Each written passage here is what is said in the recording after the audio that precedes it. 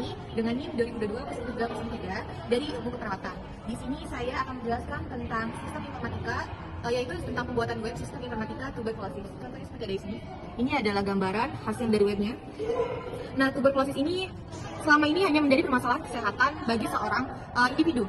Dengan dikembangkannya TBK ini, yaitu sistem informasi kesehatan berbasis website yang memiliki tujuan untuk menjadikan TB sebagai tanggung jawab segala pihak, baik tenaga kesehatan maupun pasien dan keluarganya. Nah, TBK ini kami menggunakan metode penelitian deskriptif dalam melakukan gambaran. Frekuensi disebut penyakit tuberkulosis berdasarkan karakteristik individu, yaitu usia, gender, status, gizi, penyakit, dan kebiasaan.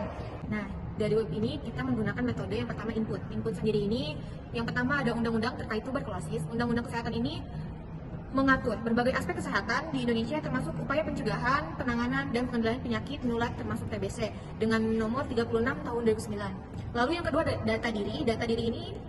Data diri yang ada dalam sistem informasi keperawatan ini yaitu mengacu pada informasi pribadi pasien yang terkait dengan diagnosis, pengobatan, perawatan, tuberkulosis.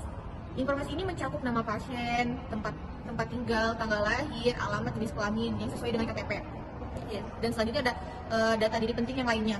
Lalu yang kedua ada pedoman screening TBC. Pedoman ini adalah panduan yang digunakan tenaga kesehatan atau medis dan menjadi layanan kesehatan untuk melakukan screening atau pemeriksaan awal terhadap individu atau populasi yang berisiko terinfeksi atau terkena tuberkulosis atau TBC. Pedoman ini berisi tentang bagaimana, kapan, dan kepada siapa screening itu dilakukan. Pedoman ini disusun berdasarkan rekomendasi ilmiah dan panduan dari organisasi kesehatan seperti Kesehatan Dunia atau WHO atau Badan Kesehatan Nasional. Lalu yang kedua ada proses. Proses ini meliputi aktivitas screening atau riwayat dan hasil. Lalu yang kedua ada tuberkulosis atau artikel tuberkulosis adalah makalah atau tulisan yang berisi informasi, penelitian, atau laporan terkait dengan tuberkulosis sendiri atau TBC. Lalu yang kedua ada informasi tentang tuberkulosis yang merujuk pada segala jenis dan data dan fakta pengetahuan atau berita yang berkaitan dengan tuberkulosis atau TBC. Informasi TBC ini mencakup berbagai aspek seperti gejala TBC, metode, terus diagnosa, pengobatan, dan pencegahan. Lalu untuk output sendiri yaitu status kesehatan pasien terhadap TBC, mengacu pada kondisi atau keadaan kesehatan seseorang atau populasi dalam hubungan dengan resiko terinfeksi atau terkena TBC, serta apakah mereka telah didiagnosis, menjalani pengobatan atau sembuh dari penyakit ini. Lalu yang ketiga ada penyimpanan. Penyimpanan sendiri ini kita membuatnya dengan sistem website, yaitu website tuberkulosis. Dan ini adalah contoh webnya, bisa dilihat sendiri.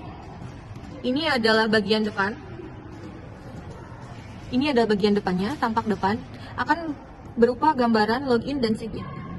Lalu yang kedua kita akan mendaftar menggunakan username dan password. Lalu selanjutnya ada sign up, mengisi data diri, terutama ada username, email, password, dan konfirmasi password. Lalu selanjutnya ada, bagian ini ketika kita sudah mendaftar atau registrasi, kita akan disuguhkan seperti ini. Lalu kita akan memasukkan password yang kita buat tadi dan username. Lalu selanjutnya sesudah login, Anda akan masuk pada beranda TB card yang terdiri dari profil informasi TB, artikel TB, screening, dan riwayat screening. Contohnya seperti ini. Lalu selanjutnya kolom berikutnya ada kolom informasi TB digunakan untuk memberikan kemudahan memantau perkembangan TB saat ini. Contohnya seperti ini ada contohnya dari Siti Fatimah seputar tentang TB card, lalu ada langkah-langkah yang dilakukan TB card dan ikhtisar, yaitu populasi yang atau updatean data hariannya. Lalu berikutnya ada kolom artikel yang mencakup beberapa informasi mengenai TB card atau pemahaman seputar TB card. Oke, selanjutnya. Selanjutnya ada kolom screening digunakan untuk mendeteksi apakah pasien TB ini atau tidak dengan melakukan pengisian kuesioner. Sebelum pengisian kuesioner, Anda akan diminta untuk mengisi data diri secara lengkap sesuai KTP. Setelah pengisian data diri selesai dan diterima, waktu yang dibutuhkan kurang lebih 5 detik, Anda akan langsung melakukan pengisian kuesioner. Contohnya seperti di bawah ini ya.